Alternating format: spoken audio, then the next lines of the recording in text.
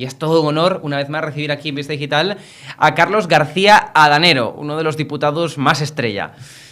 Carlos, ¿cómo estás? Un placer.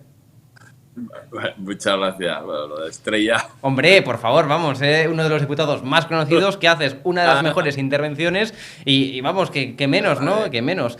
Carlos, me gustaría preguntarte, en primer lugar, ¿cuál es tu valoración sobre el cara a cara, por decir algo, porque realmente lo que fue una encerrona a Feijóo, ¿no? Es decir, 130 y pico minutos que habló Sánchez frente a los 20 y pico que le permitió hablar a Feijóo, pero bueno, ¿cómo valoras ese debate en el Senado que vivimos?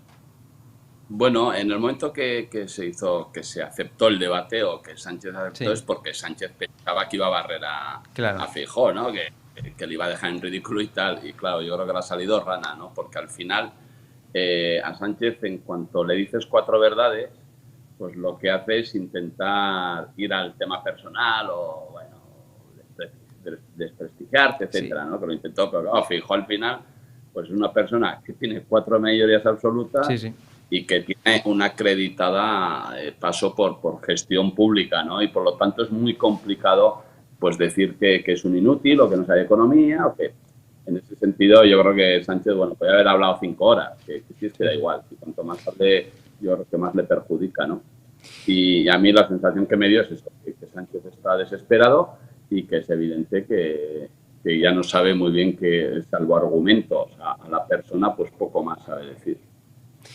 Otra de las cuestiones de actualidad, Carlos, y que esto sí que me preocupa también bastante más, es el tema del Consejo General del Poder Judicial en este inicio del curso judicial, ¿no? El ESMES incluso ha asegurado que dimitirá o que podría llegar a dimitir si no se llega a un acuerdo para renovar el Consejo del Poder Judicial. Claro, Alberto Núñez Feijóo pone encima de la mesa pues un posible pacto con Sánchez siempre y cuando se lleven a cabo, se pacten unos mínimos. Entre ellos es que finalmente se renueve la ley, para que puedan efectivamente los jueces elegir a los jueces. Recordemos que quien dinamitó realmente la independencia judicial fue en el año 85, cuando se abolió, ¿no? O cuando se modificó esa ley de judicial por parte bueno, se modificó con el PSOE, ¿no? Con Felipe González en aquel momento.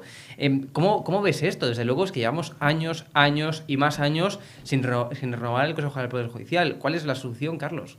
Pues, bueno, la solución ojalá la tuviera, Sí, ¿no? sí, verdad. Lo veo con preocupación porque hoy decía Lesmes, el presidente, ha dicho en algún momento, y es lo que está ocurriendo, que se empieza a resentir la justicia. Claro, ese es el problema, que en el momento que no se puede nombrar, aquí siempre se va, y es normal, ¿no? A los titulares y el Tribunal Constitucional, etcétera, pero al final todos los nombramientos que hacen de jueces, de toda la carrera judicial, de nombramientos que tienen que hacer en diferentes juzgados, etcétera, no se llevan a cabo, pues eso al final repercute en el funcionamiento de la justicia y por lo tanto repercute en uno de los pilares fundamentales de un Estado de Derecho.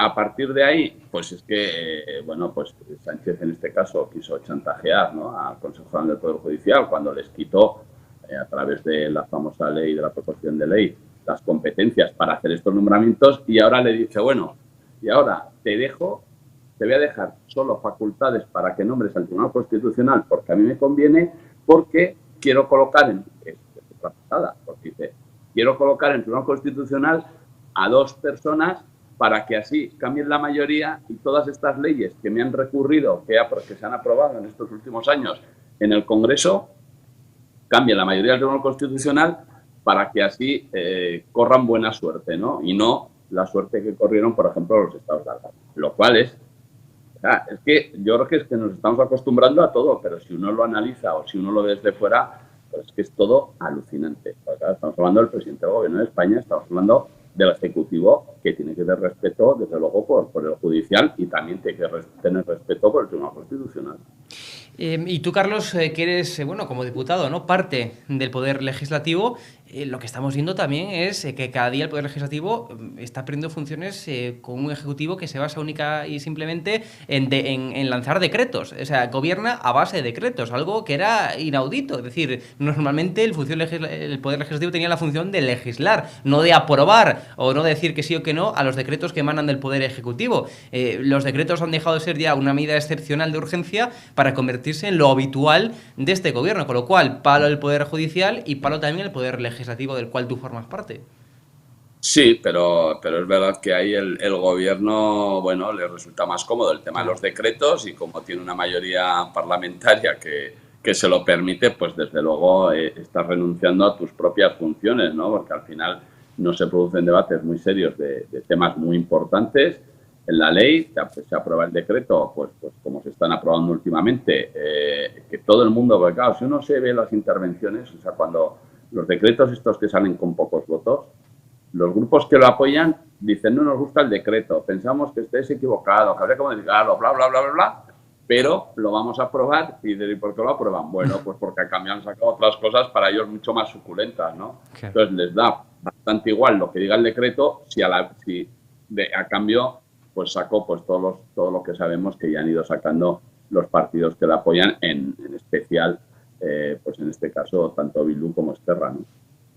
Pero, y no solamente eso, sino que además también lo típico, mete en un mismo decreto 58.000 historias Bueno, diferentes. Es decir, eso es otra. es otra estrategia, ¿no? Al final tú llevas un decreto, llevas pues, 5 cosas, de las cuatro son infumables y una auténtica chapuza, y llevas una que es muy interesante. Y entonces, cuando uno vota que no, te sale y te dice, es que no se ha aprobado, que yo qué sé, nos podemos decir cualquier cosa, ¿no? Esta ayuda que es tan fundamental, ya pues trae la parte de esa ayuda. ¿Por qué metes una ayuda, me da igual, a lo que quieras, mezclado con meter a Iglesias en su momento en el CNI? Sí.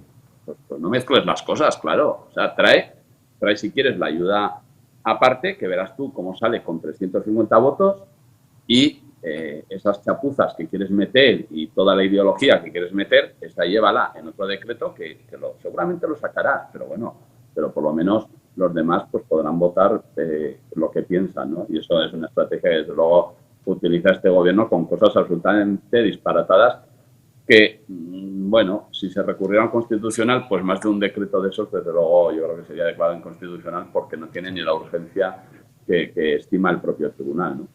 Carlos, y para concluir, me gustaría preguntarte, pues bueno, pues por la vergüenza que estamos viendo y son los acercamientos de los presos de ETA a las cárceles del País Vasco, ¿no? Una vez más insultando a las víctimas. Además, insultando también a las víctimas, como siempre decimos, también del propio Partido Socialista. Es decir, que el PSOE ha sido también un partido que ha sufrido la violencia, los asesinatos de una banda terrorista como es ETA, ¿no? Hemos visto el acercamiento de terroristas tan sanguinarios como Chapote, ¿no? Asesino de Miguel Ángel Blanco. Es decir, qué vergüenza, ¿no?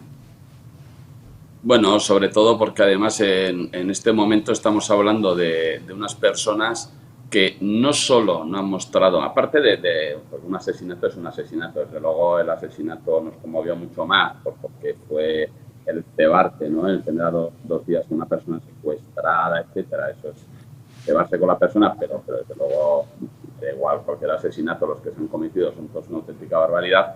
Pero estamos hablando además en este caso, de unos etarras que no es que no se hayan arrepentido, que por supuesto no se han arrepentido, no, es que están orgullosos de su pertenencia a la banda terrorista ETA, están orgullosos de lo que hicieron, pero más aún, dicen que sí, bueno, que desde luego estuvo justificado, pero que si hubiera que volver a hacerlo, lo volverían a hacer. O sea, es que no tienen ningún problema en reconocer su pertenencia, su orgullo, su satisfacción por haber asesinado y haber cometido todos esos delitos. ¿Por qué se hace? Pues por lo que hablábamos antes, ¿no? Porque al final existe un pacto político, que eso es lo que yo creo que diferencia de otras cosas, ¿no? Que al final existe un pacto político, unas condiciones, y cuando te dicen, ¿no? Y yo lo he dicho mil veces, lo de tan existe, etcétera, o no ha habido un pacto, todas esas cosas, pero si la otra parte del pacto, que es Batasuna Otegi, etcétera, lo dijo públicamente, pero si es que lo dijo. Entonces, todos le hemos oído decir que había que acordar, en este caso, los famosos presupuestos para trasladar a los presos con la idea, y por eso se han dado también la competencia de prisiones. Pero ¿por qué la competencia de prisiones? No, ya está desde el principio en el Estatuto Vasco, ya, ¿y por qué no se había dado? Bueno, pues porque la consecuencia siguiente iba a ser que estas personas iban a salir a la cárcel, y todos los gobiernos anteriores pues habían entendido que no se les podía dar esa competencia estando el problema de los presos de ETA por medio. Este gobierno, como no solo eso, sino que lo que quiere es precisamente dar satisfacción a Bildu, y Bildu el problema que tenía era con los presos de la banda terrorista ETA, pues porque le generaban a él un problema, pues al final el gobierno, a cambio de un decreto para dar 4 ayudas o para otras cosas, pues ha hecho lo que está haciendo en este caso. Desde luego, todo una auténtica barbaridad. Totalmente de acuerdo, Carlos. Un placer, como siempre, tenerte aquí con nosotros y un fuerte abrazo. Gracias. Muchas